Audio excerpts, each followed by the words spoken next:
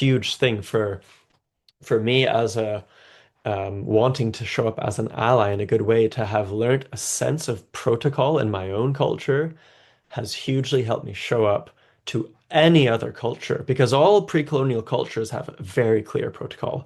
How do you talk to an elder? How do you enjoy a meal? How do you enter a space? How do you give or receive a gift? How do you understand your role and responsibility in a place? How do you understand allyship? All of this without protocol leads to the kind of messes we often see in well-intended forms of allyship that don't go well.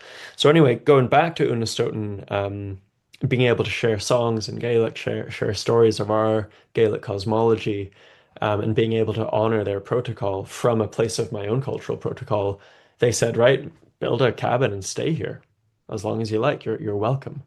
So that for me was a very tangible understanding of how that difference shows up in being welcomed in, but also not showing up. The way they often put it was, and other indigenous nations I've worked with, is showing up as a hungry ghost, as they often call it now, of like often white people, but any person who's disconnected from culture, regardless of skin color, showing up and just yearning to collect and collect and collect and learn and, do sweat lodge and pray the way that they pray, whereas being able to show up knowing exactly how my people connect with nature. Right now, I'm learning about the Celtic tradition of the sweat house, which goes back thousands of years in pre-colonial Gaelic culture.